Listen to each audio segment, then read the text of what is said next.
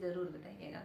तो चलिए आज का वीडियो स्टार्ट करते हैं। आज हम बात करेंगे हिंदी में रस के बारे में। रस क्या होता है, रस के कितने प्रकार होते हैं और रस की उत्पत्ति कहाँ से हुई, किस तरह हम रस को अपने डेली लाइफ में फील करते हैं, इन सब के बारे में आज हम बात करेंगे।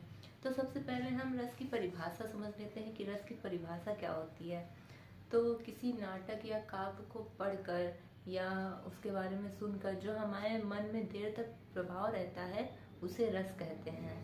तो दोस्तों चलिए हम आपको डेली लाइफ से रस के बारे में कनेक्ट करते हैं कि कैसे हम रस को फील कर सकते हैं। धमाल मूवी तो आप सबने देखी होगी ना। तो एक मूवी हम धमाल ले लेते हैं, दूसरी कश्मीर फाइल्स, तीसरी मूवी हम लोग लेते हैं धड़क। तो जब धमाल मूवी एग्जाम्पल लीजिए, स्टूडेंट्स हैं, वो घर से प्लान करके जाते हैं, मूवी देखने जाते हैं, घर से प्लान करके जाते हैं कि आज तो धमाल मूवी देखनी है। हॉल पे गए, धमाल मूवी देखा और उसके बाद वापस घर आए तो एकदम उत्साहित होते हैं।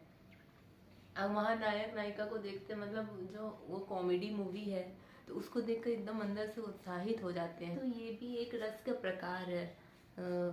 और जैसे दूसरी हम बात करते हैं कश्मीर फाइल्स के बारे में हम बात करते हैं। तो कश्मीर फाइल्स में जब हम उस मूवी, पहले तो 2 स्टूडेंट थे, वो गए सिनेमा हॉल, गए अपने रूम से प्लान करके गए कि आज हम मूवी देख कर आएंगे तो पनीर की सब्जी बनाएंगे।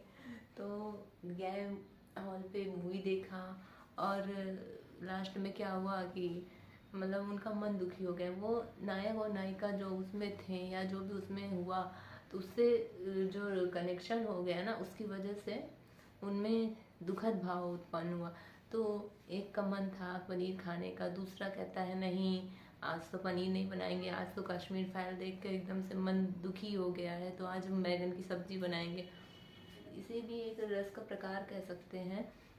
तो और तीसरी मूवी हो गई धड़क में देखा कि धड़क मूवी में हम देखते हैं कि जब हीरो होता है, हीरोइन होती है, कोई तीसरा विलेन हीरोइन पे अटैक करता है तो बड़ा गुस्सा आता है आपको भी कि कैसे अटैक किया, और फिर हीरो आता है, हीरोइन को बचा लेता है। तो जब वो खुश हो जाती है तो मतलब जो उसके दर्शक होते हैं वो भी खुश हो जाते हैं। तो ये जो रिलेशन बन जाता है हमारा काव्य से या नाटक से, जो उसके नायक नायिका से जो हमारा रिलेशन बन जाता है, उनके मन में जो भाव उत्पन्न होता है वही हमारे मन में भी जो भाव उत्पन्न होता है उसी को रस कहते हैं। तो रस के 4 प्रकार होते हैं। पहला होता है विभाव, दूसरा अनुभाव, तीसरा संचारी भाव और चौथा होता है स्थायी भाव। तो समझते हैं हम पहला विभाव किसे कहते हैं। किसी काव्य अथवा नाटक के जो नायक और नायिका होते हैं वही विभाव होते हैं, उन्हीं को विवाह कहते हैं। और जिस काव्य या नाटक में नायक नायिका नहीं होते वहाँ पर कथा वस्तु यानी उनकी जिससे मतलब नाटक में या काव्य में रिलेटेड जो कहानी है, जिस चीज़ से भी रिलेटेड कहानी है वही उसका विभाव होता है। अनुभाव किसे कहते हैं। अनुभाव जब नायक और नायिका के मन में प्रेम उत्पन्न होता है और वो उसकी अभिव्यक्ति करते हैं, उसे अनुभाव कहते हैं। तीसरा आता है संचारी भाव। संचारी भाव क्या है, वह भाव जिसका हमारे मन में देर तक प्रभाव नहीं रहता है, मतलब आते जाते रहते हैं, वही संचारी भाव होता है। और स्थायी भाव क्या होता है, वह भाव जिसका प्रभाव हमारे मन पर बहुत देर तक रहता है, जिससे हम दुखी होते हैं या खुश होते हैं, उसे स्थायी भाव कहते हैं।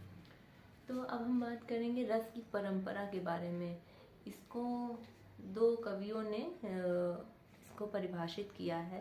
पहले कवि हैं आचार्य भरत और दूसरे हैं आचार्य दुर्हिड़।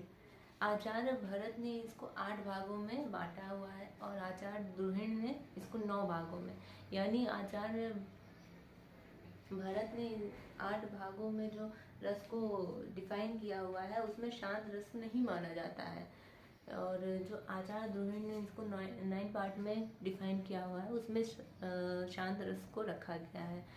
तो आज के लिए बस इतना ही। नेक्स्ट वीडियो में हम बात करेंगे रस की परंपराओं के बारे में। तो कैसा लगा आपका ये वीडियो कमेंट करके ज़रूर बताइएगा, एंड वीडियो को लाइक, सब्सक्राइब एंड शेयर ज़रूर करिएगा। Thank you.